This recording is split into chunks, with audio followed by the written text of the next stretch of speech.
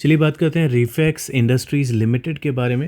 ये कंपनी करती क्या है? रेफ्रिजरेंट गैसेस जो होती है वो मैन्युफैक्चर करती है। रेफ्रिजरेंट गैसेस मतलब आपके फ्रिज के गैसेस नहीं, जो आप यहाँ पे देख रहे हैं।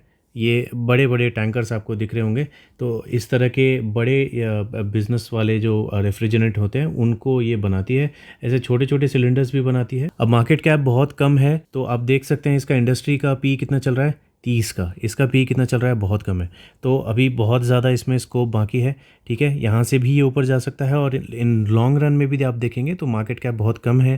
तो इसके अगर कंपैरिजन करेंगे इसके मार्केट कैप वालों से, तो अभी बहुत ज़्यादा स्कोप बाकी है। ठीक है, आरओसी बहुत ज़बरदस्त है, आरओई बहुत ज़बरदस्त है।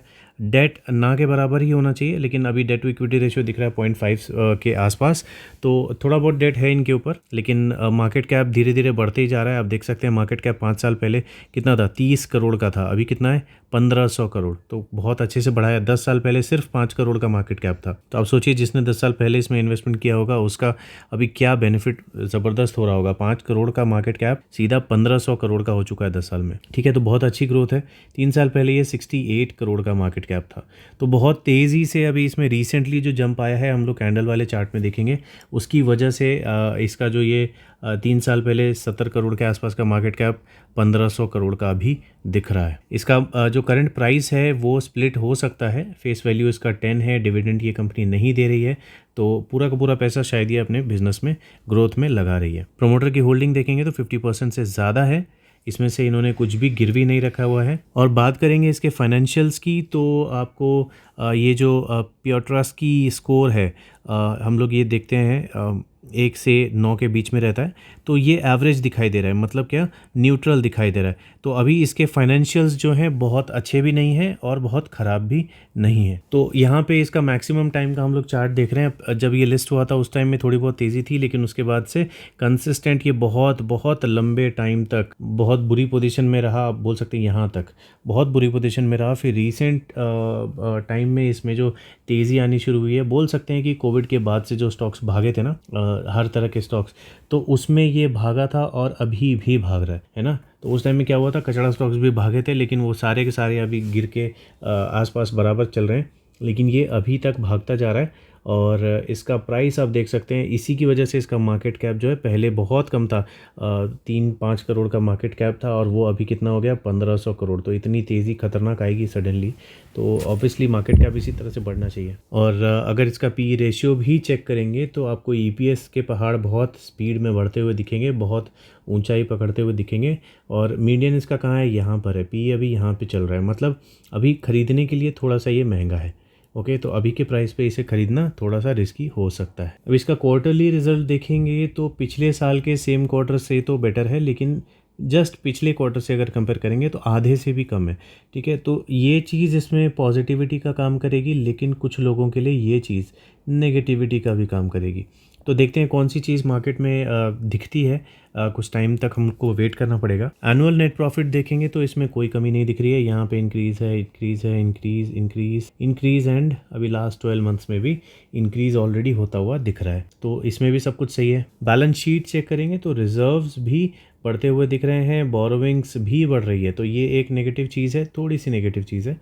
और फिक्स्ड एसेट अगर चेक करेंगे तो यहाँ पे कम हुआ था, लेकिन यहाँ पे फिर उन्होंने अच्छे से बढ़ा लिया, तो इसमें इसे 2 आउट ऑफ 3 मिल जाएगा। कैश फ्लो अगर चेक करेंगे तो कैश फ्लो बहुत अच्छे से इन्होंने माइनस से पॉजिटिव में कर लिया है। तो कैश फ्लो किसी कंपनी का अच्छा होता है तो बहुत अच्छी बात होती है, तो ये अच्छा दिख रहा है। और फाइनली अगर शेयर होल्डिंग पैटर्न चेक करेंगे तो शेयर होल्डिंग पैटर्न में आप देख सकते हैं यहाँ पे इन्होंने कोई चेंजेस नहीं किए हैं अभी तक इन्वेस्टर ने, प्रमोटर ने। और एफआईआई ने अपने स्टेक को बढ़ा लिया है, इवन डीआईआई ने इसमें स्टेक लिए हैं। ठीक है, तो हर जगह से ये यहाँ पे पॉजिटिव दिखाई दे रहा है। अब देखिए, अगर डेली कैंडल के चार्ट में अगर इसे चेक करेंगे तो आपको एक सपोर्ट बनता हुआ दिखेगा यहाँ पे और यहीं पे एक सपोर्ट बनता हुआ दिख तो रहा है। लेकिन मैं पर्सनली क्या होता है ना, मैं इस तरह के सपोर्ट्स नहीं मानता हूँ। मैं मंथली कैंडल में जो सपोर्ट्स बनते हैं उन पे ही थोड़ा सा कंफर्टेबल रहता हूँ। ठीक है, अगर मैं स्विंग ट्रेडर होता तो मैं इस तरह के सपोर्ट्स मांग सकता था।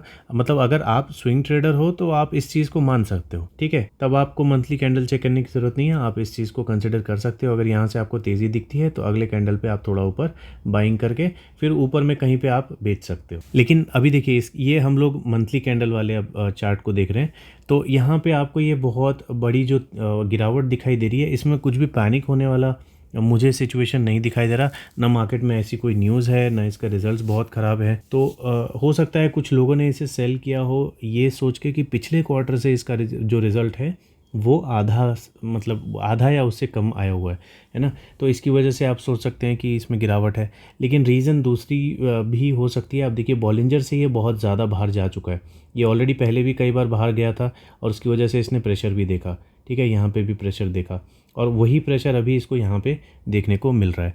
इसका जो प्रॉफिट बुकिंग का जोन था मेरे हिसाब से, ओके, हर स्टॉक में वो काम नहीं करता और ख़ास करके इस तरह के स्टॉक्स जो बहुत लंबे टाइम तक कुछ भी परफॉर्म नहीं कर रहे थे और कोविड के बाद ही भागे हैं, तो इस तरह के स्टॉक्स में मेरे प्रॉफिट बुकिंग के लेवल या मंथली लेवल, इन्वेस्टमेंट के लेवल ये रेयरली काम करते हैं, ठीक है। क्योंकि ये क्या होते हैं ना, वॉलेटाइल होते हैं। अभी ये वॉलेटाइल नहीं है अभी के टाइम पे, ये कंसिस्टेंसी में ऊपर जा रहा है, लेकिन हिस्ट्री इसकी बहुत ज़्यादा बोल सकते हैं कंसोलिडेशन वाली थी या तो फॉलिंग वाली थी। तो प्रॉफिट बुकिंग जोन के बारे में मैं बोल रहा था। प्रॉफिट बुकिंग का जो जोन था वो यहाँ पे था 500 रुपये के आसपास, ठीक है। तो यहाँ पे इसने थोड़ा सा वेट किया लेकिन उसके बाद भी ये ऊपर चला गया। तो अब अगर आपके पास इसकी होल्डिंग रखी हुई है, मान लो अगर आपने इसे अराउंड 250 के नीचे में कहीं पे लिया हुआ था, तब तो आप अगर एवरेजिंग करना ही चाहते हो तो एटलीस्ट 500 का वेट करना चाहिए। यहाँ पे आपको दोबारा से इसको चेक करना चाहिए, इसके फंडामेंटल्स, न्यूज़, हर चीज़ जो है दोबारा से चेक करके आप यहाँ पे